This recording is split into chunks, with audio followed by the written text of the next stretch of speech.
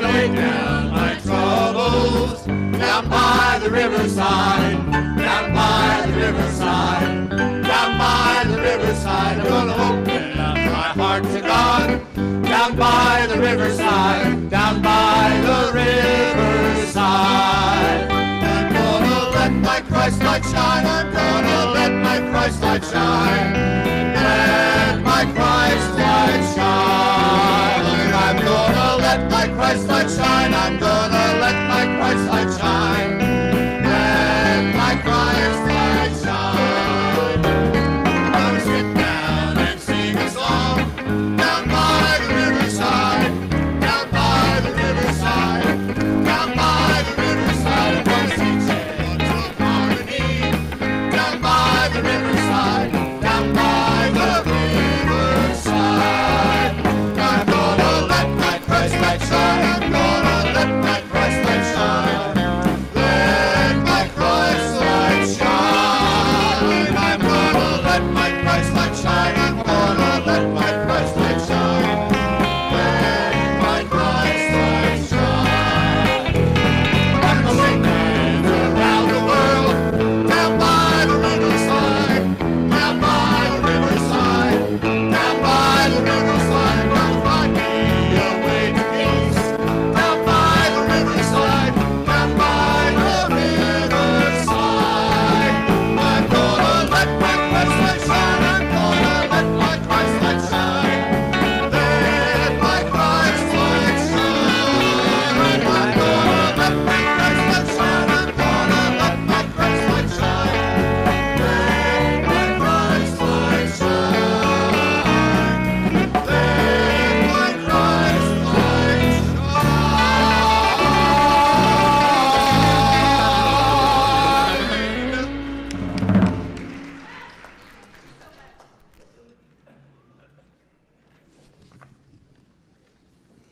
Thank you. Now let's focus on our screen for our daily word. Sacred service. Now let's say it all together. Sacred service. I am spiritually fulfilled when my unique gifts are dedicated in the service of others. I want to remind you that our chaplains go to the chapel after the service. If you feel you need some one-on-one prayer support, we would love to connect with you after the service. And now, let's focus on our prayer chest, where our congregants have placed their desires of their hearts. And these are prayed with for 30 days, being sent to Silent Unity after they're prayed with by our own chaplains. Precious Spirit, we feel your presence and power and love here with us right now. And we know that you are always within us. And we feel our own wholeness with Spirit when we take a moment to listen and allow you to speak with us. We know that each of these requests are being taken care of because you are already in the midst of every situation in our lives, giving us divine wisdom and ideas and opening out the way for the perfect solutions. We are never alone, and we know that you know exactly what to provide. Your love and support is so appreciated. It gives us exactly what we need to go forward and be of service to you and our fellow men and women. And we thank you, Spirit, for always being there, always showing us the way. And we open our hearts and minds to receive and allow that Spirit to flow through us in divine order. Thank you, thank you, thank you.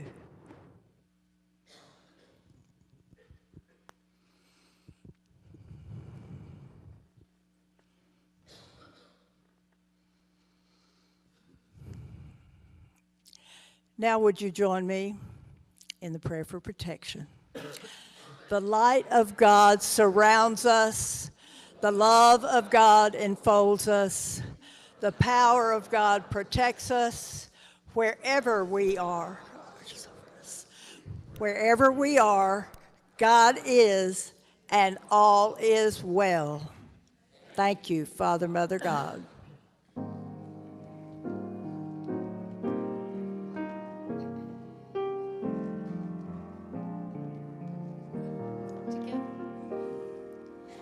Flow, Spirit, flow, and all my fears release. I am a channel for thy love and peace. Fill me with power and let my heart be strong. Fill me with joy that I may sing thy song.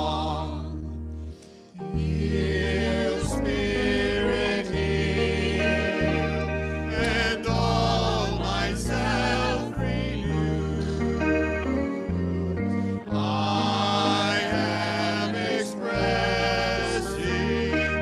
my perfection true.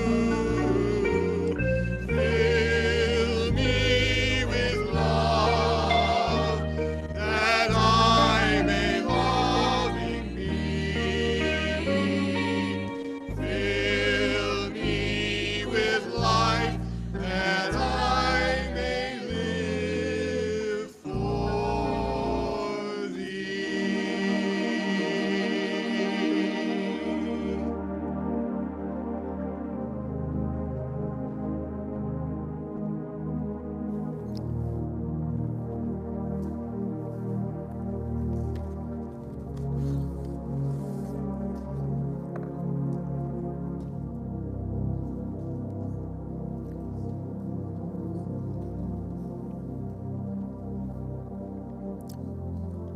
It is not I, but the Christ within who does the work.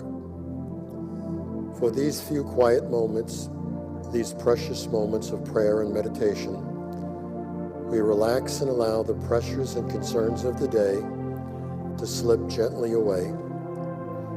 Let us close our eyes and take a few easy breaths.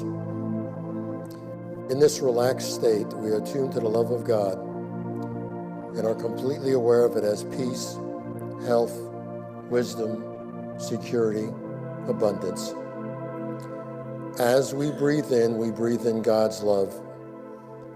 As we breathe out, we release any thought not in harmony with God's gentle, all-providing love.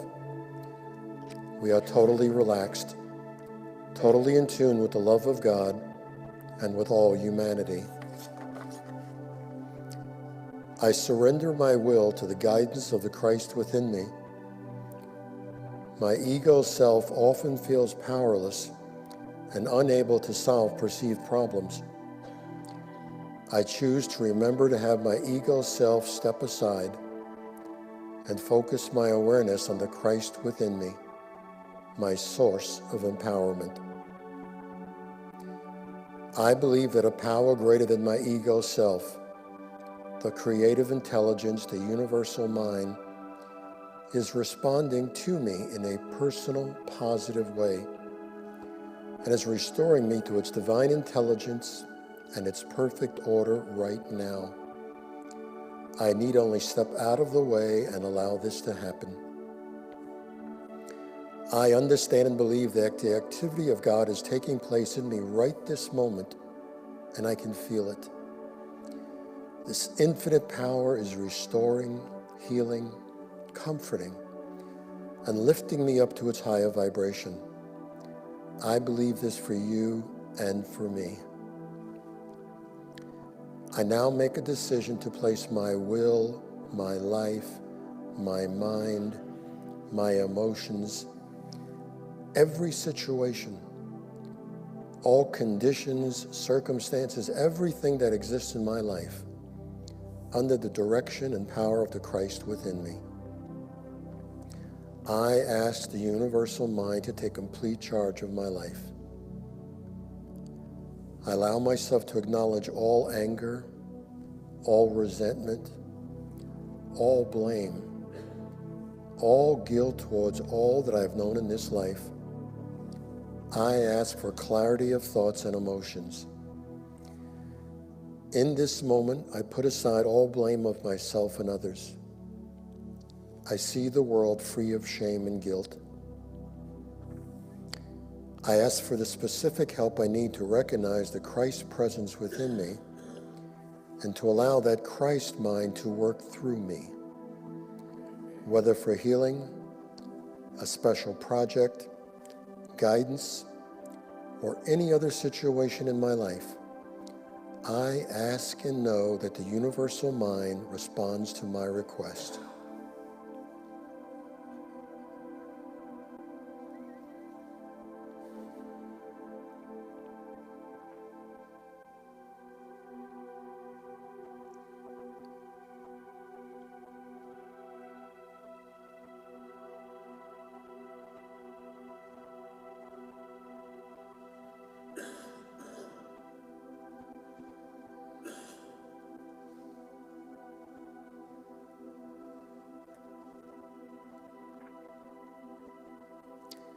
I joyously accept and give thanks, knowing that the miracle-working power of the Christ within me has already responded to my every need. My life has joyously changed, and I take on the same feelings I would have if my requests had already been fulfilled.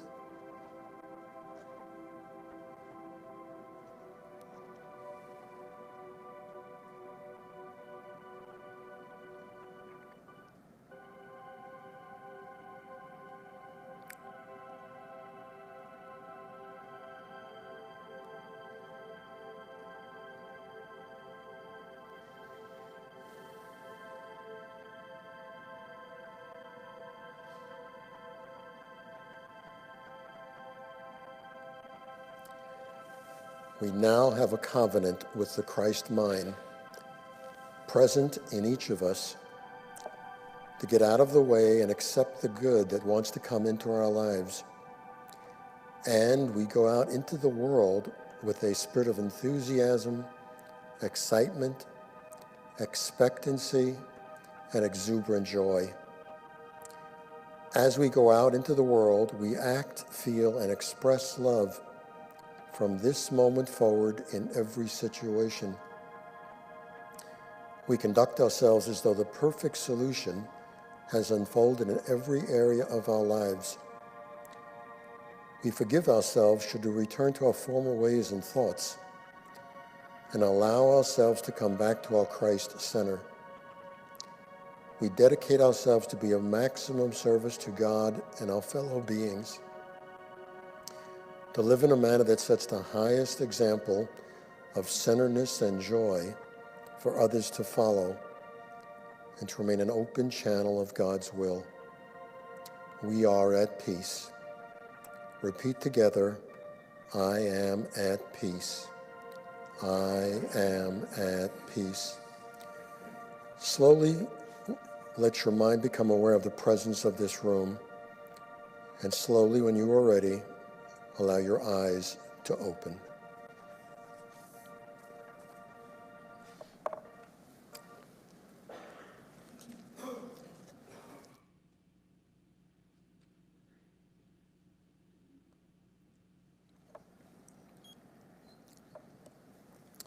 Good morning.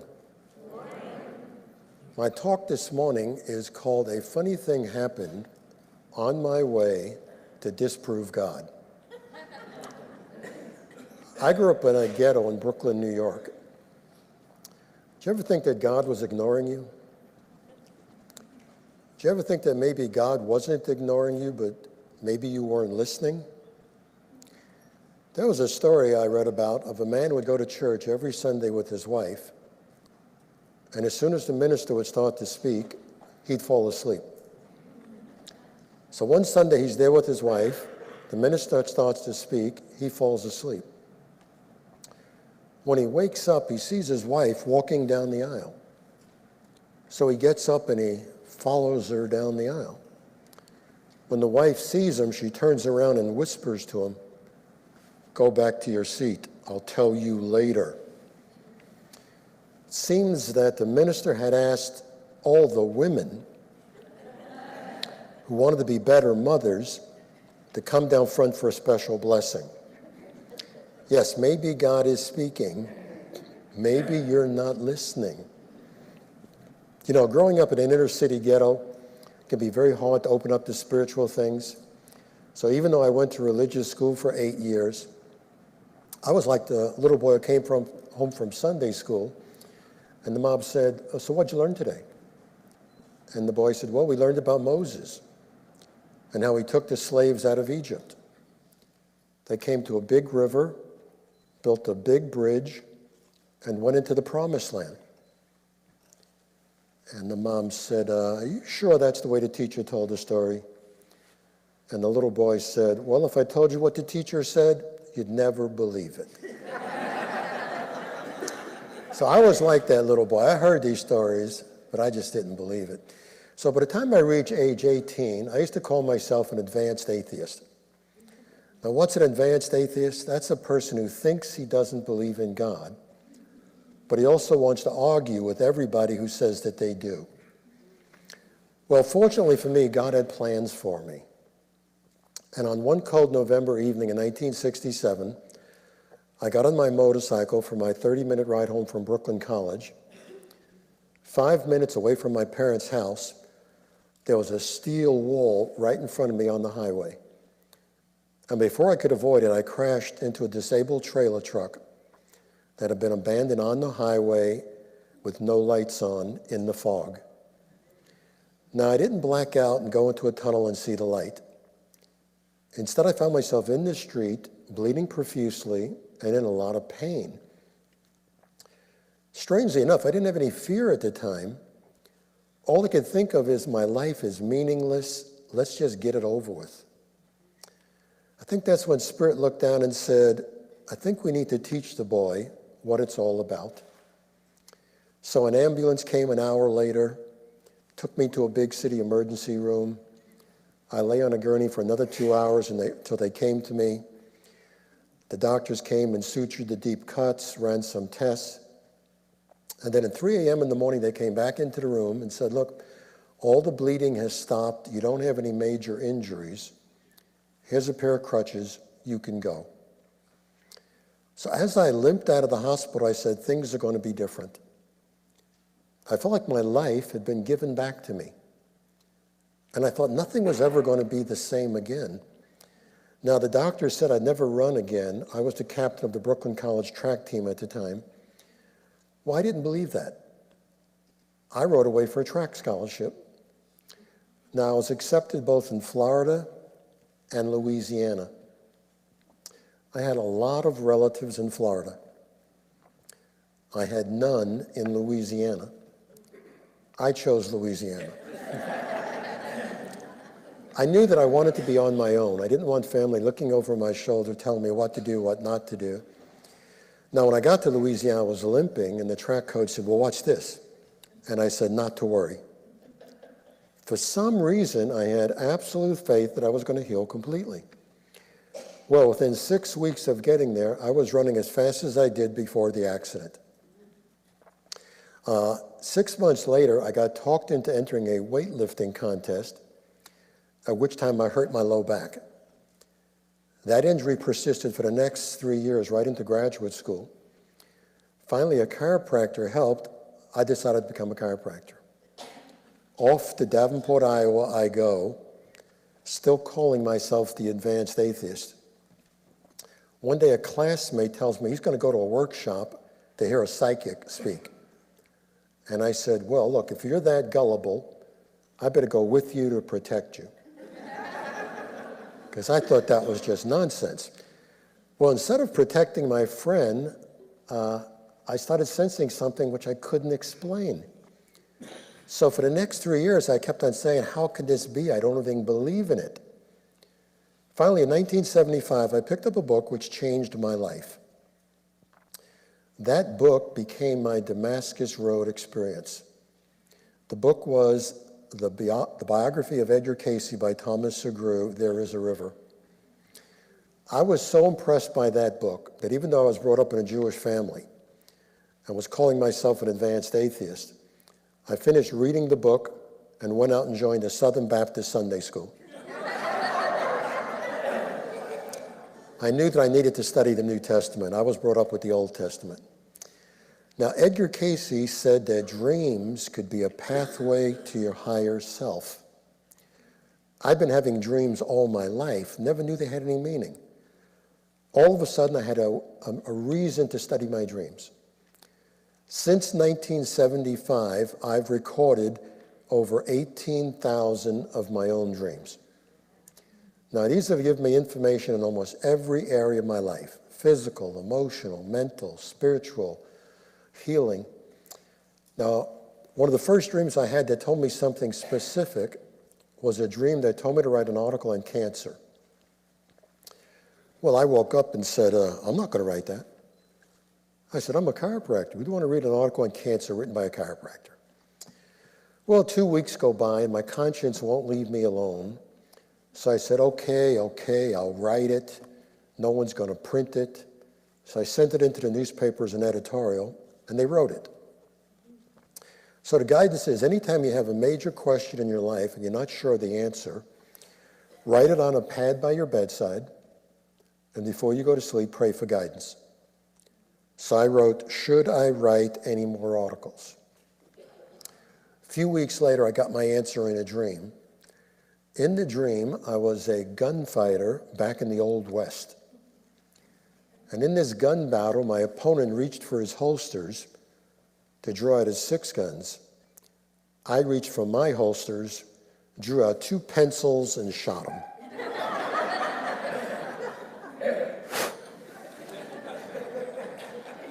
I knew that the power of the lead of my pencils was more powerful than the lead of his 6 guns. So I kept on writing, ended up writing another 18 articles for newspapers and journals, and eventually my dream book, He Who Walks on Two Worlds. But just like that, dreams have given me insights into so many different areas of my life. Now, I was a competitive bodybuilder back in the 1970s. I was so headstrong with my workouts, I used to say, if work gets in the way of my workouts, I'm going to have to get rid of work. Well, fortunately for me, I placed 4th in Mr. Louisiana in 1979 on a day when I shouldn't have. There are 4 men in the audience who could have beaten me that day who didn't want to compete that day. So I took the trophy and I said, God, thank you for this trophy. It's enough. I then cut my workouts back. I just do it now for health and fitness. A short time after that, I had a dream in which a teacher said, now that you have put competition behind you, we can get on and do some important work with your life. The following year, the spiritual healing manifested. See, sometimes we hold on to certain things in our life so tightly that we prevent ourselves from receiving our highest spiritual goods. So sometimes we have to ask ourselves, is there something I'm holding on to so tightly that it's preventing me from receiving my highest spiritual gifts? Another question I had was, where should I set up my clinic? I was very impressed with holistic centers in California, so I wrote it out on my pad, where should I set up my clinic? And I had a number of dreams which gave me some insights. In one of them, I was a little baby in a crib. I was about 1 inch big, so I was really small. In another crib, there's a big baby running around the crib, and he's about 3 feet tall. A voice said, he can move because he's bigger. When you two are bigger, you too can move. I knew the dream was telling me I had things to learn right there in Monroe, Louisiana, and that when the time was right, I would be led forth.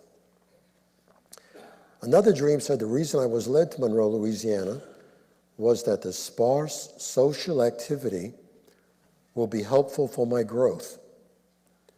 And once again, when the time was right, you will be led forth. Now, do you believe you are a unique creation of God? Do you believe you came here on a mission? I believe those things.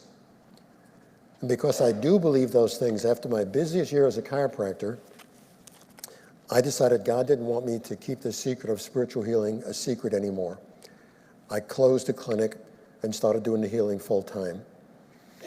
Now, it's interesting that the first time I had a major spiritual dream, I was embarrassed to record it. This is quite unusual because I've had numerous XXX rated dreams, and I've recorded all of them. But my first major spiritual dream, I was embarrassed. So people would say, wait, how can you be embarrassed by a spiritual dream? I said, well, I'm the youngest of 6. My oldest brother is an accountant. The next brother is a physicist at Bell Labs. Next is my sister, who's a nurse. Next is another brother who's a chiropractor who'd followed me into chiropractic. And next is a brother who's a psychologist. In the dream, a spiritual teacher comes to me and says, do you want to come with me on the spiritual path, or do you want to go with these doctors on the path of great wealth? And I went, money. And I said, no, I want to go with you. And as soon as I said that, he brought me into a new room and started pulling out a second skin. And it started hurting. And I said, stop it, you're hurting me. And they went, They kept on pulling out this new skin until it completely covered my entire body. I then found myself back at my parents' house in Brooklyn, and I said, why are they looking at me the same way? Can't they see that I've been changed? But the voice said, no, they can't tell, because the new skin fits perfectly over the old. So people would say, so why would you be embarrassed by that dream?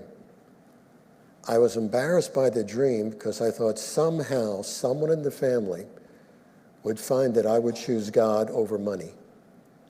I found that very threatening at the time. But the more I thought about it, I said, that's not a bad dream. My family already thinks I'm a little bit weird. I think if you walk your talk, people come to accept you for who you are. Also, if you remember in Matthew 6:33, Jesus said, seek first the kingdom of God and his righteousness, and all these things shall be added to you. Jesus didn't say forget about money. He said choose God first, and then will everything else be added to you. Now, my first major dream on spiritual healing occurred in 1981 after my first visit to the Findhorn Foundation in northern Scotland. I had a dream that I was in a church, and I came out of the church, cough drop, and I came out of the church, and there was a gate with a lock on it, and I said, okay, lock. I made the sign of the cross and said, in the name of the Christ, and the lock opened. And a voice said, look at that, we have Christ in our midst. And I said, no, I'm no one. I'm here to help him manifest the Christ. Thought it was a great dream, didn't know what to do with it. A few months later, I'm at a Edgar Cayce holistic seminar in Phoenix, Arizona. We're discussing dreams. I mentioned this, and a lady says, well, you're a chiropractor. Why don't you make the sign of the cross over someone's spine and see what would happen? So what did I say? Oh, nothing's going to happen. It's just a dream. She said, you knew me. Well, 95 out of 100 people, when their spine has misalignment, they lay down with their shoes on, usually one leg is shorter. Usually 95 out of 100 people after chiropractor aligns the spine, the legs even out. So I checked the person's spine, checked their leg length, stepped a few feet back, made the sign of the cross and said, in the name of the Christ, and their spine balanced without me doing anything. Needless to say, that got my attention. When you see something happen and you realize you didn't do it, even if you were trained as a physician, it's going to have a way of getting your attention. Now, about 90% of the people I work with will notice in the first 24 hours afterwards that their symptoms are diminished or gone. So whatever the person is receptive to is usually going to manifest very, very fast. Now, if it was just the spine, I might have theorized, well, maybe I was influenced somehow because I was trained as a chiropractor. But it wasn't just the spine. It was all kinds of things. I was very glad when I lectured at the big Unity North Atlanta church that an oncologist was there in the audience, because it's been very hard to get documentation from medical doctors. Anyway, he referred a patient to me who had a massive tumor in her uterus. I worked with her. 6 weeks after I worked with her, she went back to the same oncologist, and then she called me and let me know the tumor was completely gone. Another case with great documentation was a lady I saw at Unity of Key West, Florida, who had AIDS for many years with a T-cell of 350, no change for many years. 2 days after a healing session, she had her blood work checked, and the new test showed her blood work 770 back in the normal range. And she said, here's your documentation if this could help the work you do. Of course, for me, probably the most dramatic case I've ever seen was at Unity of Fort Myers, Florida, seeing a nurse in a wheelchair with degenerative disc disease who showed me her lateral lumbar x-rays, which showed no disc spacing in the low back. So the vertebrae were crushing the nerves going down the legs. She asked for healing. I worked with her. A month later, she was feeling so much better. She had her low back re-x-rayed. There was now disc spacing in the low back. Within 6 months, it was a 99% recovery. She was a nurse back at work, no wheelchair, no metal clamps. Or seeing a dog so arthritic, he had to be carried in. And the lady called, she said the next day he's running around the yard like nothing's ever been wrong. Or seeing 2 senior citizens with extremely high blood pressure and doing a phone session with them that overnight they said that was the lowest their blood pressure had been in many years. And their medical doctor said, whatever you're doing, keep it up. So all these amazing physical things, but spiritual healing is not just physical things. In Matthew 11:28, Jesus said, come to me, all you who labor and carry burdens, and I will give you rest. Take my yoke upon you and learn from me, for I am gentle and meek in my heart, and you will find rest for your souls. For my yoke is pleasant and my burden is light. And I think Jesus was saying, anywhere in your life that you're stuck, come to God and ask for help. It could be physical, it could be emotional, it could be mental. When I spoke at the Unity Church in Naples, Florida, a man came to me a day after I worked on his wife, and he said, what did you do to my wife yesterday? And I go, what do you mean? And he said, for many years, she had so much anger at her mother, she used to tell me if I ever mentioned her mother, she would divorce me. You come and work on her, she comes home and starts speaking about her mother. And then he started smiling and said, whatever you gave her, I want some of it. It's seeing relationships healed. So at Unity of Washington, Unity of Bellevue, Washington, a lady came and asked for relationship healing between her and her husband. I said, I can't do relationship healing on him without his permission, but I can do a relationship healing from your point of view. The next day she called the church and she was crying. She said, last night my husband held me for the first time in 5 years. She said, how was it possible? And I said, with the healing, you became a new person. As you became a new person, you gave off a new vibration, so he thereby reacted differently. Now, sometimes people ask things of me that I don't think can be done. So the first time I had Reverend Grace Merrick call for a financial healing for the church at Unity of Plano, I said, can we do that? And she said, well, you're not doing it, God's doing it. So sometimes to help me get neutral, I have to do what I call a mental smack. Say, okay, get clear, get neutral. And I said, can we do that? Got yes. Did a financial healing for the church. Reverend Grace Merrick called me back a few days later and said, you know what? The bookkeeper came in, checked the books, and found $800 they'd overlooked. Instant manifestation. When I was speaking at the small Uni Church in Columbia, South Carolina, the minister from the audience said, we could use some of that. And I said, you want it? You got it. That night we were having dinner together, and she said, you know what? Someone put a check for $1,000 in the donation plate, and it's a very, very small church. So all these amazing things, physical, emotional, mental. You know, I get a lot of great letters from people.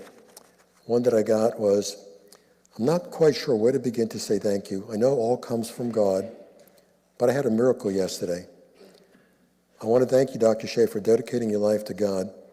I spoke to you a week ago requesting healing for the surgery that I was to undergo for a lumpectomy on my left breast.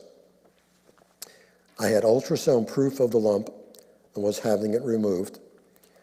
I went into the hospital yesterday and hooked up to the IV, and I was undergoing the procedure where the doctor used the ultrasound to find a tumor. This way, the surgeon can locate it easily to be removed. I was having the test, and the technician was trying to locate the tumor and couldn't find it. She referred to the previous films I had done, which clearly showed the tumor. They were embarrassed. They called the doctor. They went back and forth. Finally, they had to say, look, this is state-of-the-art equipment. We do this every day, and we're very good at what we do, but this tumor is gone. Then I said, well, look, I had a healer work on me, and they said, well, we don't believe in that, but just in case, give us his number. So I have been the recipient of an incredible gift, and it's my responsibility to tell everyone about it, no matter what their response. So all these amazing things, physical, emotional, mental, finances, relationships, pets. What's the purpose of spiritual healing? In John 9:1, there's a story that as Jesus passed by, he saw a man which was blind from birth. And his disciples said, Master, who did sin? This man or his parents that he was born blind? And Jesus' answer, neither, but to give glory to God. Yes, the answer for spiritual healing is just that simple, to give glory to God. Yes, a funny thing happened on my way to disprove God. I didn't disprove God. I found God. Thank you.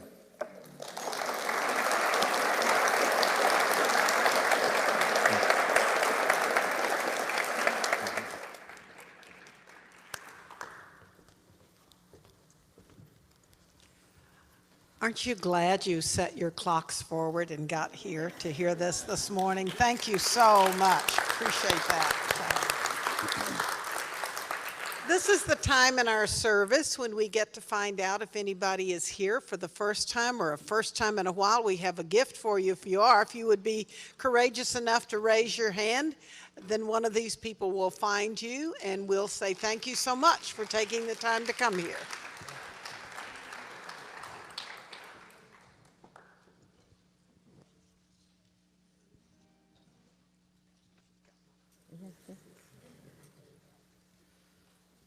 Well, we're glad you're here, and we want to say welcome to our guest, and we hope you'll come back. Once in a while, we have such a funny service. Today it was funny, it was lovely, and it was heart-touching. And when I meet the new people in the hallways, I always say, and if you wonder if it's like this every Sunday, yep, pretty much. It's pretty much like this every Sunday. So now it's time for us to prepare our offering. And we remind you, do so mindfully and thoughtfully, and think of all of the services that Unity of Dallas provides throughout our community, all the activities and all the things that we do. And so let's say together our offertory blessing. Divine love, as me, blesses and multiplies all that I am, all that I give, and all that I receive. Thank you, Father, Mother, God.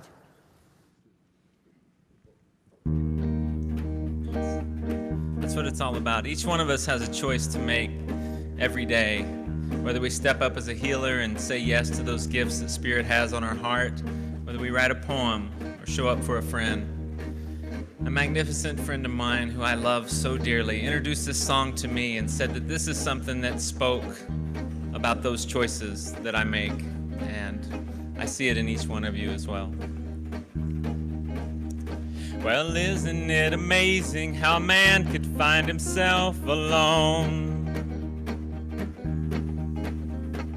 calling to the darkness for an answer that he's never known?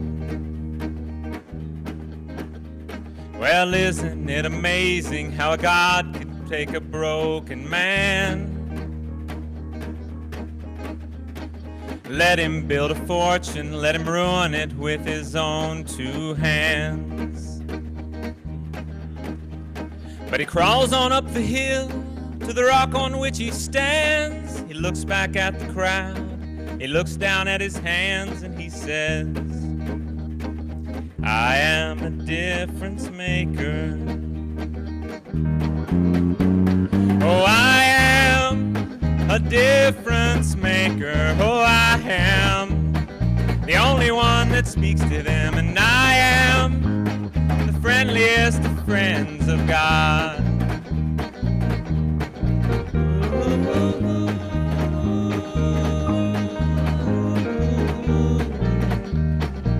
Thank you.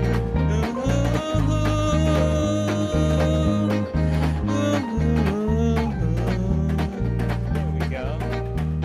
Yeah, isn't it amazing how a man could find himself alone, calling to the darkness for an answer that he's never known? Well, isn't it amazing how a God could take a broken man, build a fortune, let him ruin it with his own two hands? Thank you. And he walks on up the hill to the rock on which he stands. He looks back at the crowd, he looks down at his hands, and he says, that's right, I am a difference maker. How about you? Yeah, I am a difference maker. Oh, I am the only one that speaks to them, and I am the friendliest of friends of God.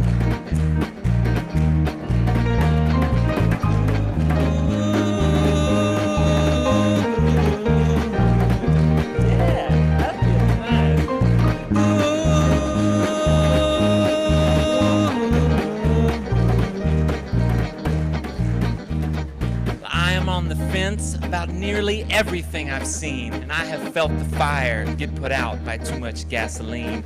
Because we're all strangers passing through a place and time, an afternoon. Because life is but a vision in a window that we're peeking through.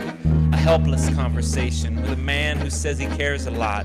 A passive confrontation about who might throw a punch or not. Because we are all transgressors, we're all sinners, we're all astronauts.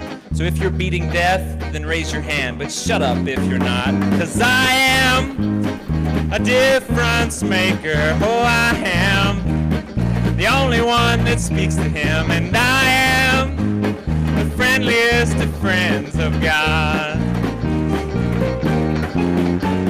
Oh, I am a difference maker. Oh, I am the only one that speaks to him, and I am the friendliest of friends of God.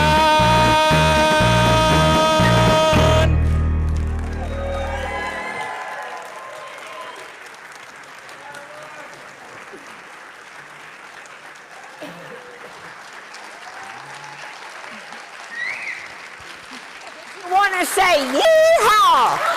Yeehaw!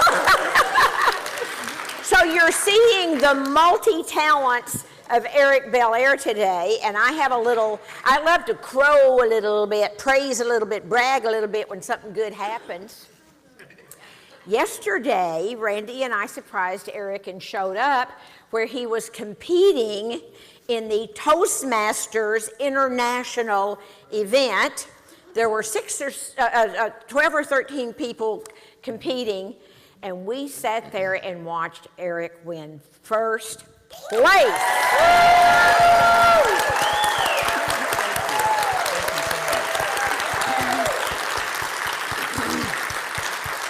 So while we have you here, tell us about the music and next Sunday. Ooh, amazing. You guys are in for an amazing treat. Many of you have been to the events that I do with gongs and sound healing and these vibrations. Well, next week during the extravaganza, as I'm in Kansas City in their studio, actually, doing an event, a group known as Fifth Element, Raza Mayi and Paradiso, who are internationally known as the best world artists, they will be here for you during an extravaganza. Yes. Not just that, that will be sandwiched right in between an entire day that you're going to want to be here for. Starting with the Divine Sisters hosting the fashion show. Yes. Our YOU with the pizza party. Again, the music with Paradiso and Raza Mayi, and capping it off with Bruce Cryer, the 30-year CEO of HeartMath, coming here to do his own thing and be speaking. So you are going to want to be here all day and invite everybody you know for next Sunday. So mark your calendars for all day, and let's thank Eric again for the great music. Thank you. And I'm not the only one who noticed his shoes today. His boots. Sporting his cowboy boots. Bo, I love you. Those are big shoes to fill, too. Yeah. All right, so in case you wonder where James is, our spiritual leader is at Unity Village, and he is going to come home to us a full-fledged Reverend James Buchanan.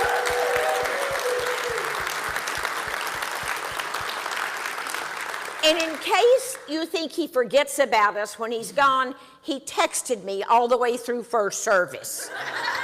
And he said, don't forget about the SEE classes, and it's in your bulletin, but it's March 26th. We start some learning classes, and then SEE officially starts the week of April 26th. SEE stands for Spiritual Enrichment and Enlightenment. It only took me a few years to get past the placebo never mind. I'm so glad to see you here today, Sarah. So how many have done the SEE classes? Did it change your life? Yes. Life-changing experience coming up. So it's a mini SEE week, but you're going to enjoy it. And they, by the way, the classes are for credit. Thank you, Eric, for mentioning the Divine Sisters. We're very excited about the fashion show. Everything donated will then go to the family place. So that's going to be a very special time next Sunday. And again, mark yourselves off for the whole day. So. And this is a very full week at Unity, and one of the things, as you know, that you can do immediately after this service is go to your table, and if you would like to sign up for a private session, I know of at least one on Monday that you're not available for because I took it, but you have an opportunity to sign up for a session with this marvelous man in addition to experiencing more of what he has to offer in this afternoon workshop. Men of Unity meet next Saturday at 9:30, and we think that's going to be in Myrtle Hall.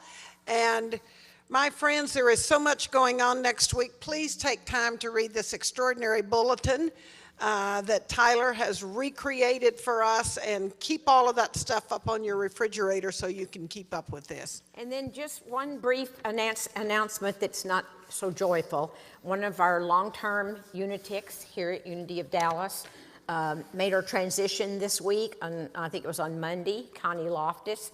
She worked a great deal in the church, worked in the flower beds, worked in the yard, was a wonderful volunteer. So we just want to send Connie on eagle's wings today. And with that, let's stand and join hands and sing together our closing peace song.